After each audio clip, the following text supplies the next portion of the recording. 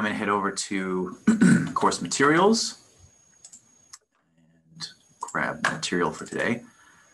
Now, in terms of what rig, you can pick whatever rig you'd like to use, but the run cycle is pretty much a formula.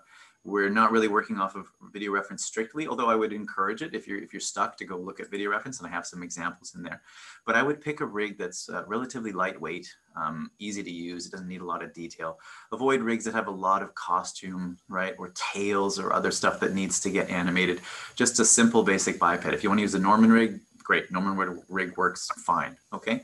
But there are a few others in there that Floor has separated into, like, you know, easy or complex and simple. So I would really favor the simpler category as much as possible. Most of the time, what is a rig killer for me is having controls on the feet that are really important for controlling pivot points so that I can actually pivot the heel, right, and the ball and the toe. I test it out to make sure that, you know, what happens when you lift the leg up really high? Does the leg start to come out of the chest? You know, that kind of stuff, issues that you realize are going to influence the way that you pose the character and limit what you can do, okay? The facial details, not important, right? Not whatsoever. Another area that's really important to test out with the rig is the upper torso. So the chest and particularly the shoulders and the arms, just to make sure that things work in a way that's simple for you to understand and that don't introduce problems right away. I know there's one rig that it's a nice rig, but the way that the feet are set up, unfortunately, the way that it's rigged is that if you try to move the feet just in a straight line, it's not Z.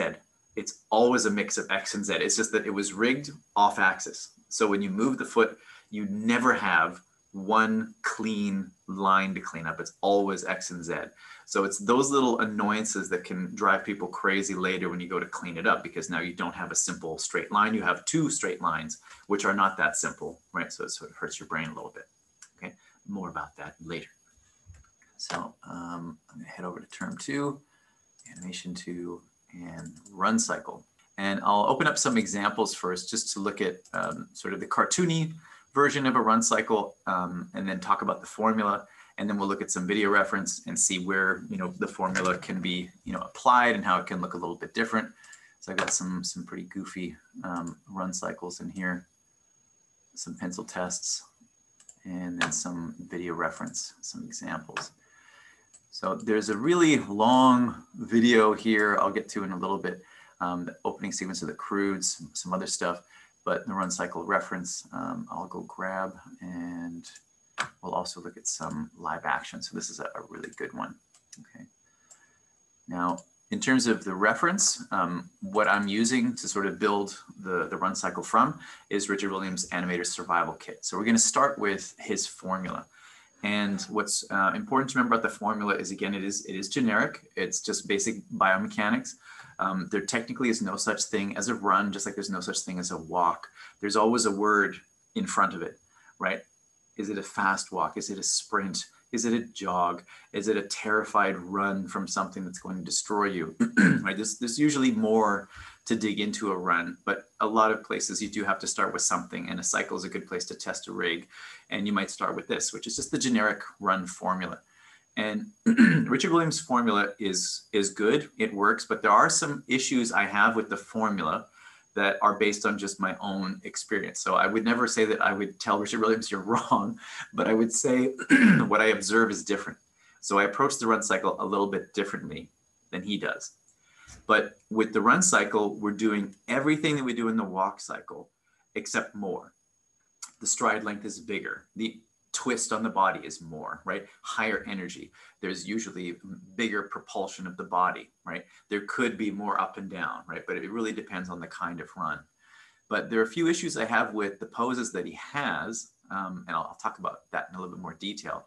But the biggest difference between a walk and a run is that with a run, there's only one foot on the ground at any one time. Only one, okay? Has anybody seen that crazy Olympic sport, the speed walking?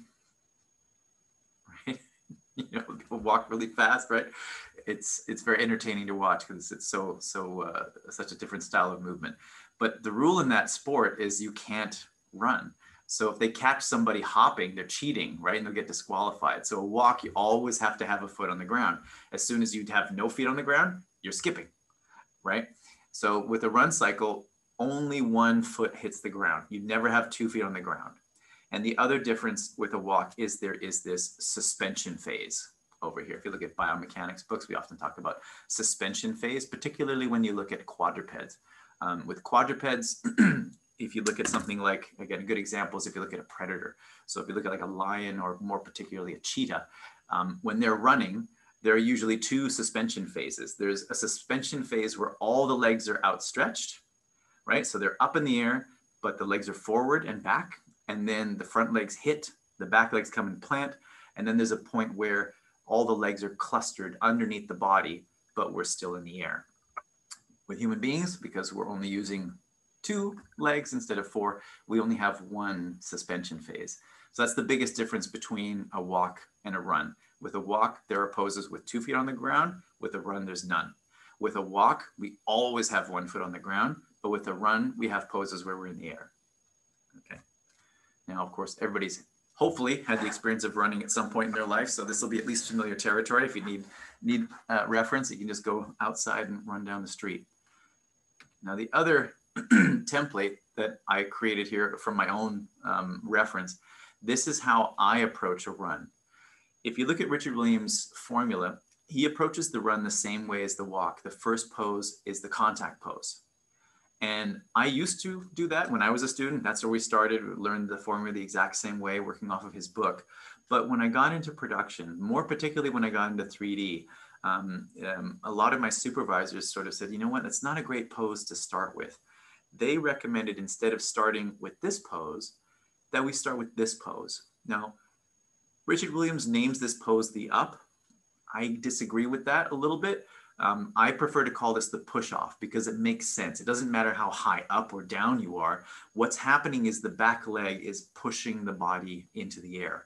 And that's another reason why I kind of disagree with this is if you're on the ground and you're pushing up, the next phase usually means you go up higher than where you were on the ground. But this is the pose I start with. So this push-off pose. So one of the reasons to start with a pose like that is it's very dynamic. It has a very nice clean line running through it. You get a really nice clear silhouette, a good pose.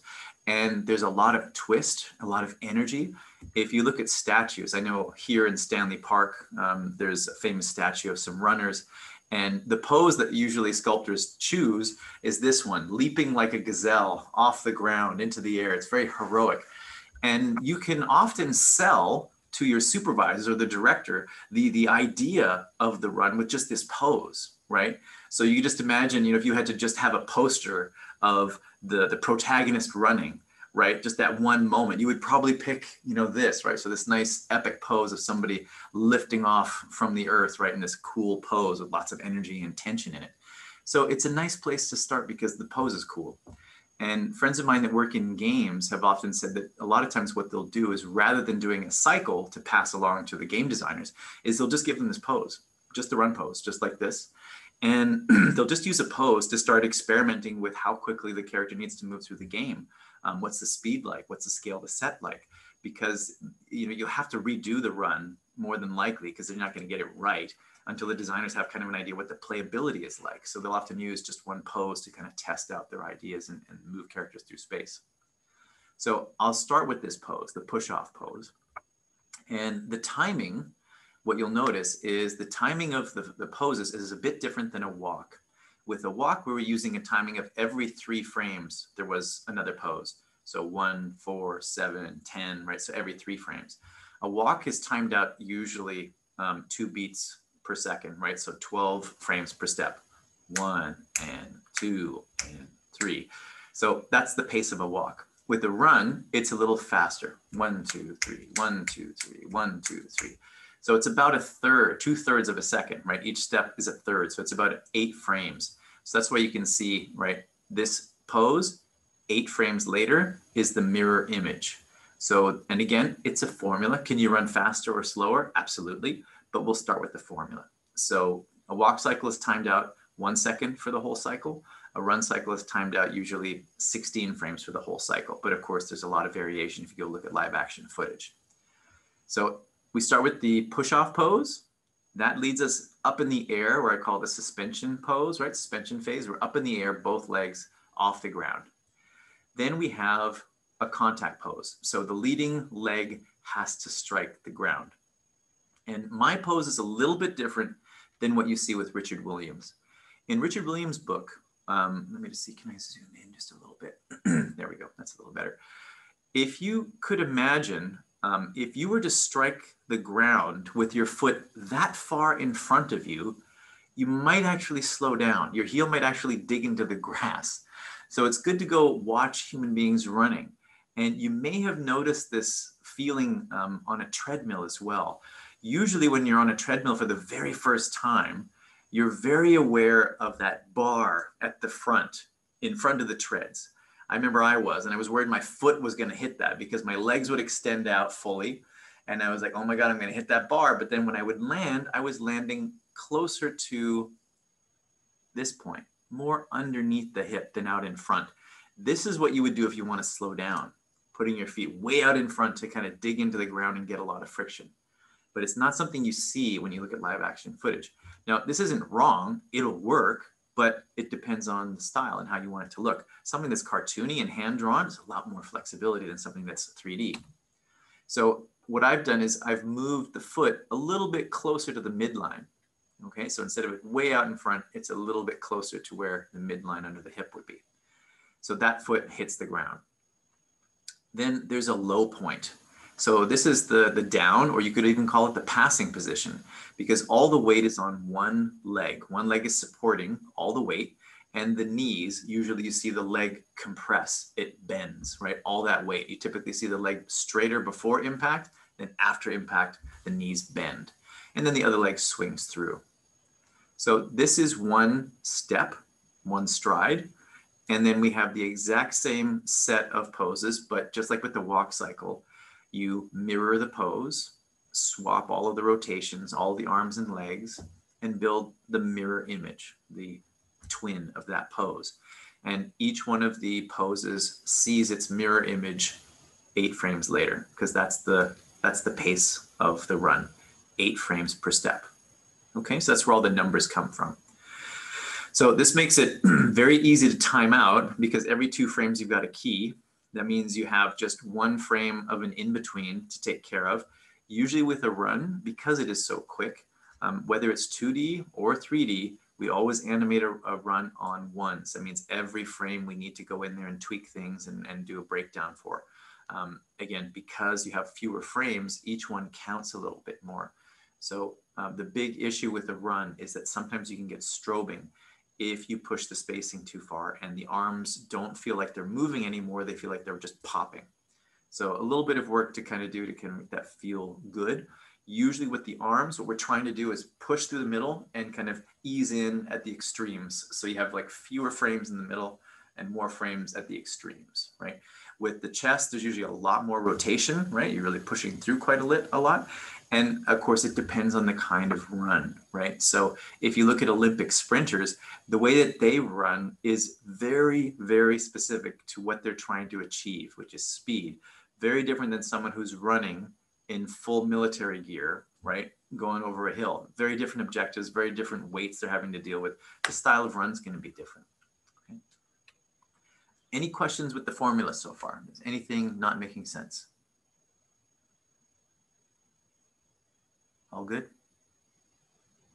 Okay, moving on.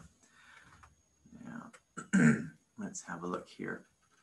Also got the template and the video reference. So, yeah, did I already queue that up? I think so. There we go. So this is my little pencil test of what those poses look like. All right, so if you put those poses all together and hit the play button, that gives you the run cycle. And this is on 2s. So I haven't gone in and done the in-betweens. These are just the keys.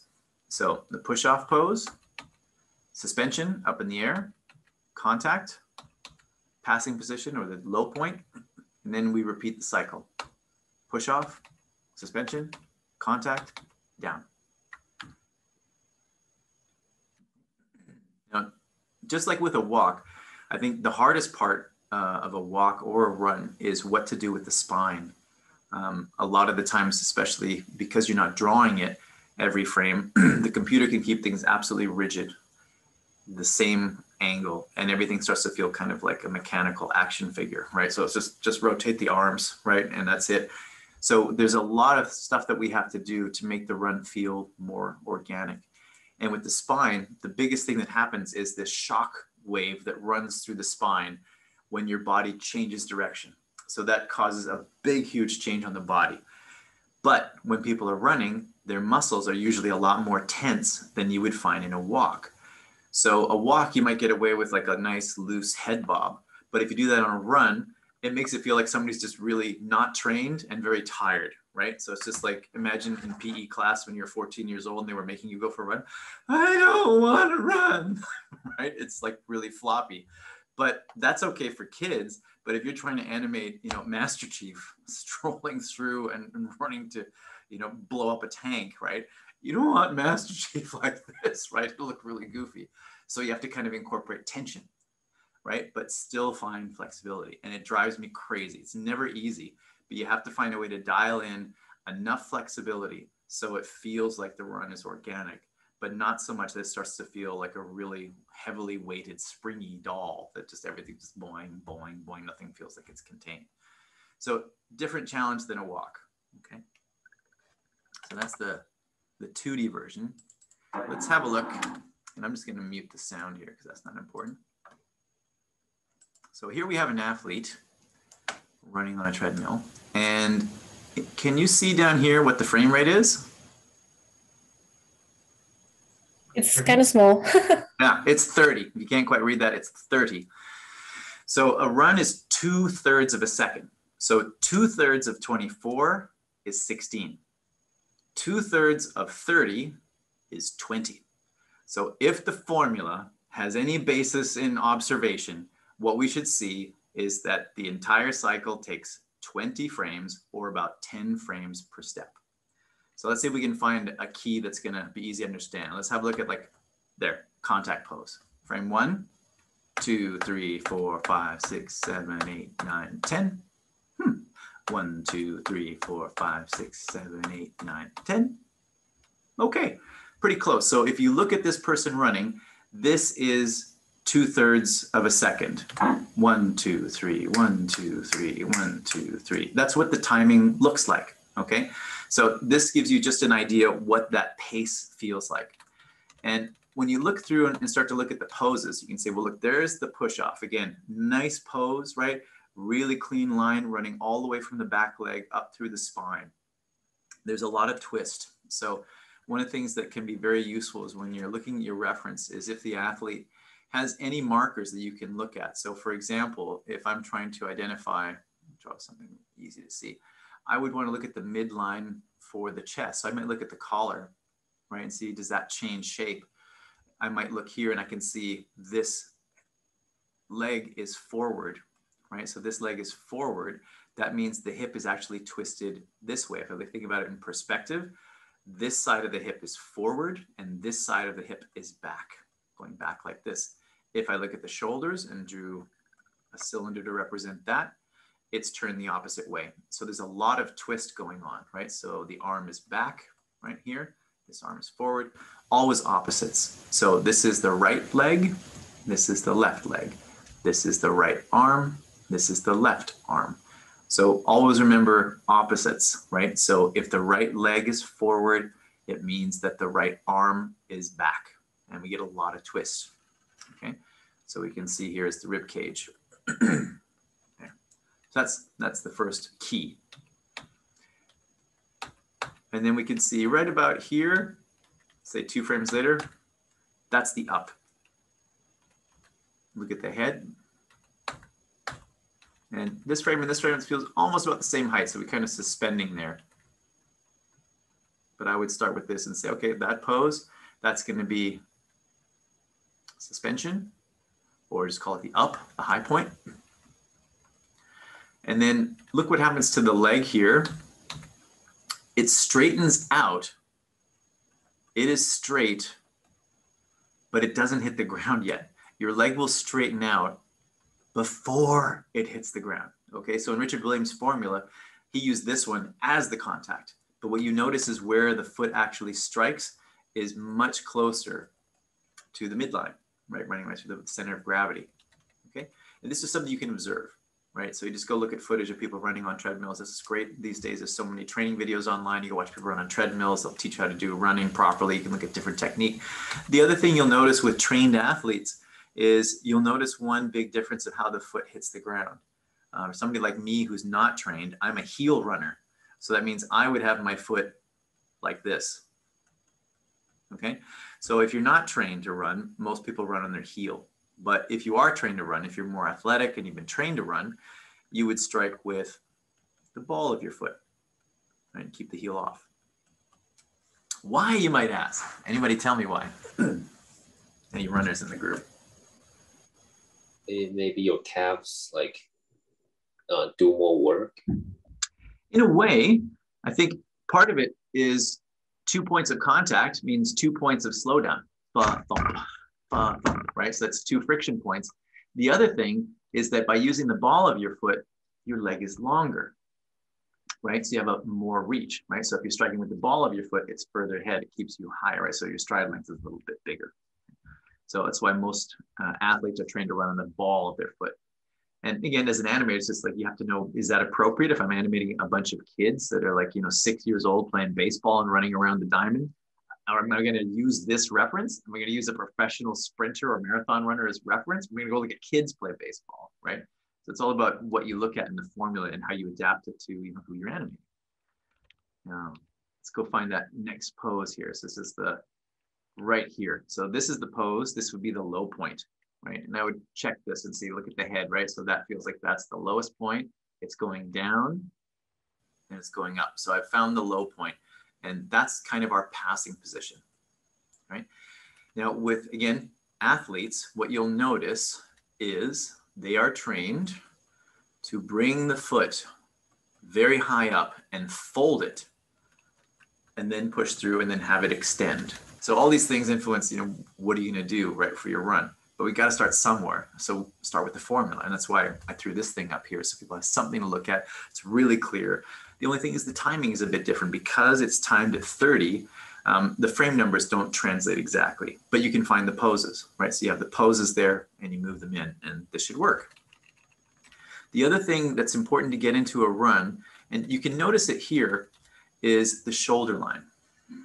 It changes. It doesn't stay static. One of the problems with the rig is you can just ignore the clavicle and never use it. And something about it just feels so odd. And, I did the same thing. And then my supervisor sat down and said, you didn't use the clavicle. You're just using the shoulder joint. You're just using one thing and it feels really mechanical. Get those shoulders up, right? And he just got me to just stand up, right? Stand up. Okay, now make the pose. Where do you feel tension? It's like, yeah, okay, on the extremes, right? So yeah, in the middle, they drop down and then they go up here. And then we looked at a lot of footage and you could see there was boom, right? So you could almost use the impact of the hip to snap the shoulders down even more. Boom, boom, and a lot of contrast, really, really cool, give a lot of sense of weight. So it's important to remember that the shoulder joint is important, but the clavicle gives you a lot of range. So pick a rig where the clavicle works properly. Otherwise you go a little bit crazy. Some rigs, if you use the clavicle, it moves the whole arm, which means if you want to change the clavicle, then you have to go back and change the arm and you're kind of counter animating. Most rigs will have a way that you can build the arm, use the arms, you can shrug the shoulders, but it doesn't change the angle of the arm as opposed to more like forward K where it just moves the whole thing. So that's what you want to do a test with the rig and make sure it's going to behave properly. When you're looking at what I did with my reference, right, I did something that was very exaggerated. So it moves the head around quite a lot, right? So this is really bobbing, but the same idea. What I'm trying to do is show that when I'm falling, I'm treating this like a stretch, right? And then when I do this pose, I'm treating it like a squash, right? So that these masses, so if you could kind of imagine, let me just make the size a little bigger. I'm trying to fold this up kind of like a bean shape. So I'm trying to imagine, okay, if I do that, and then I get to this point and then I do the opposite, then I get this, right? So there's that change in shape from convex, right? Curve this way to curve that way. But most people, you don't actually see their spine move to that degree. But that's what I'm trying to think about. If you rotate the hip a lot, so if you take the hip and you rotate the whole character. The problem is a little rotation here means a big rotation here, right? So that creates a lot of noise in here. So what I'll try to do is, instead of using the hip that is the source of the entire spine, I'll leave the hip alone. And what I will try to do is I'll make sure I use the IK hip. So that's the salsa control, you know, the one that lets you just move the hip on its own and the upper body stays the same. I'll usually point the hip down, right? So the hip is usually pointed down, okay? And then it's the chest. So the chest I'll angle up. And if I rotate the chest back, then I must use a control here to rotate forward. So if I rotate back and then I rotate forward, I try to cancel that movement out. So I try to keep the head in the same spot in a side view. So the idea is to keep the head in one place, right? You could have the body slouch this way, and then you would have to invert the chest and hip. So the hip would be up, the chest would be down, right? And that would get you that pose. And then you could keep the head in exactly the same place, and then do the opposite.